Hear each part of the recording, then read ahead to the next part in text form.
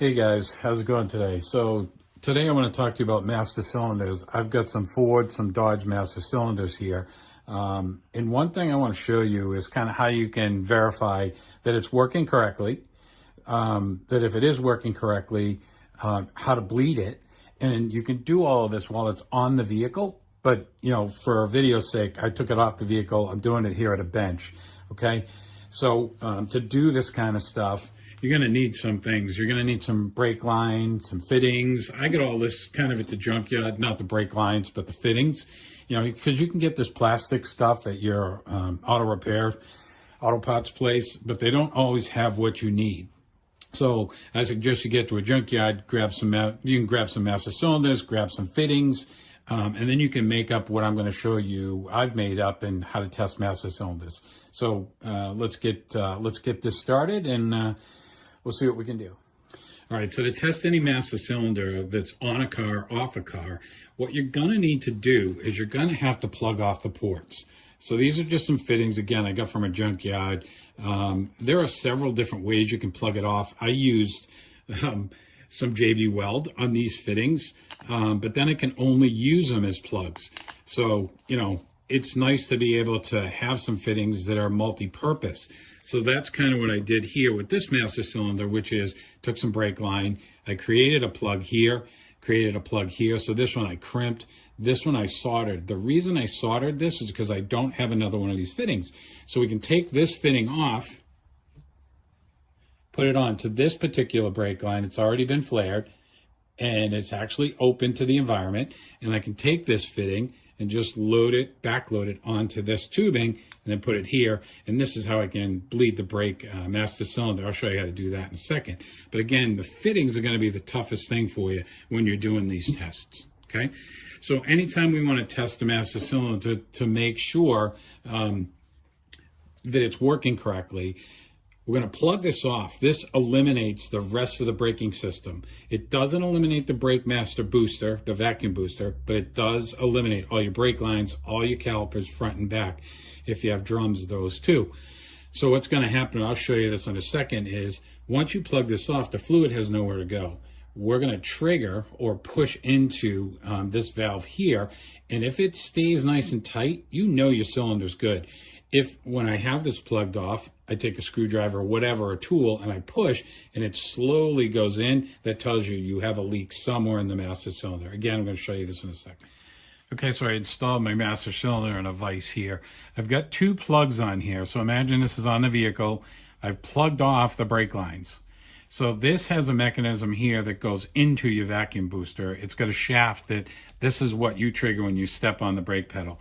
On this particular master cylinder, it's actually internal. So there's a shaft that comes from the booster that triggers this and it pushes it in. So for now, we're just going to use this one. I'm going to show you what a good master cylinder looks like. So imagine you're pressing on the pedal inside the vehicle. When I push on this, it should not move. And right now I've got just a little bit of play, but this is good, okay? But it's not going any further than this. So imagine I'm pushing on the brake pedal. So for those of you, when you step on the brake, if it's hard initially and then all of a sudden it drops to the floor, this shaft will continue on. I'm going to simulate that next. All right, so this is what I was talking about. So I took off the plugged fitting, which is this one. I installed this fitting here. So this allows brake fluid to come through this tubing. And what I've done with this other one, because I don't have another fitting, is this is the blocked fitting. I'm just going to drop this off here. I'm going to place this on here, slides up against the flared end, and then we're going to install this here. And that's what I'm going to do next. Okay, so now I have my fittings, my tubing that's going to allow brake fluid through here into this tubing back into the master cylinder. So conveniently, this is also how you bleed a master cylinder or bench bleed it. That's a term you'll probably hear. So I'm going to hold this in place. And what you're going to notice is when I push this, fluid will then enter the master cylinder through the two different ports. Hopefully you can see that I'm actually pushing down. And you can see how much more the shaft moves. So now imagine you're in the vehicle, and if I had a failing master cylinder and I had plugs instead of allowing the brake fluid through here, what would happen is, if there were plugs, it should stop right here. But what happens is Now, because it's leaking inside the master cylinder, it allows more travel and then slowly bottoms out. So again, that's how you can tell if it's a bad master cylinder, if it continues to travel after you've plugged it off. Now you've ruled out your brake lines and, either ruled out your master cylinder, or, so let's say you do this, it holds tight when you have the plugs. Now you can suspect brake lines, or maybe your ABS module has air in it. But again, this is one way to rule out that master cylinder. And also brake bleeding, bench bleeding it. So right now I'm just going to keep doing this until eventually there's no air in the lines, which we don't see. And now we're good. We can reinstall this master cylinder and we should be good to go. At this point, if you made it this far and this video has helped you, a like, a subscribe would be great. Let's see what we can do if there's anything else I got to finish up with. All right, I got two more things to show you. Just to recap, I put the plugs back in just so you can see the travel or non-travel. So again, this is a good master cylinder. It's not traveling at all. So that's good. So what I want to do next is I'm going to take apart a master cylinder and show you what's happening inside, what it looks like. All right, so I got it mounted in a vise. Gonna need a pair of snap ring pliers because we're gonna have to take this snap ring out. Now, I would recommend that if you can, get as much of the brake fluid out as you can because there's gonna be some inside of this cylinder. I've already taken this apart. Hopefully there isn't too much left inside of here, but what I'm gonna do is take my snap ring pliers. We're gonna compress this. Be really careful because once you release this pressure, this is coming back. It's not crazy hard, but it's gonna come back at you. So I'm gonna open this up and you can see how it just pops out on us. So now I'm going to carefully remove this. And this is nice and tight. You can hear it. So there's O-ring seals right here, and this is the spring mechanism. So this is what you're pushing on. I'm just going to have to loosen this up. We're going to have to get the rest of the components out. You may have to tap on it. Hopefully you can see this. Sometimes you can pull it out. I'm just going to use a screwdriver. Obviously you don't want to score this up, but I'm not reusing this one, so I don't care.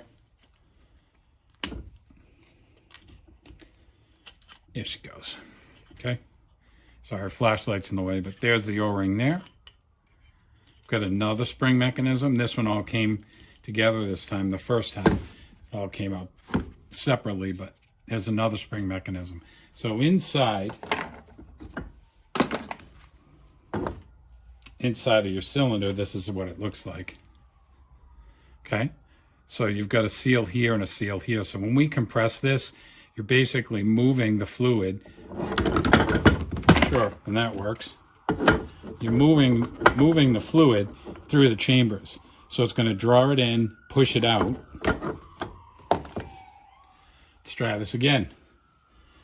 So imagine we're pushing on this assembly, and as we push, this seal is going to seal this chamber off, so it's going to push the brake fluid out to the brake lines. This one is also going to move, so it's going to begin to seal off this one here, but eventually what's going to happen is we'll get to a point, and then this seal will actually push the brake fluid through, so it compresses it. So again, we'll just slide this right back in. Nice and tight, which is how it should be. And that's what we would be doing right there. You don't ever really want to just push on this like I am right now without brake fluid in there, because you could damage those O-rings. It's still kind of lubricated, so it's okay. But again, I'm not going to use this one. This is just for show and tell. Okay? To reassemble it, we're just going to attach a snap ring, push, put it in. Okay? So that's for now. I hope this helps somebody out there. I know I watch a couple videos. There's some really good videos out there, guys, doing this. This is my take on it. Hopefully this helps. You guys have a great one. Have a good New Year as well.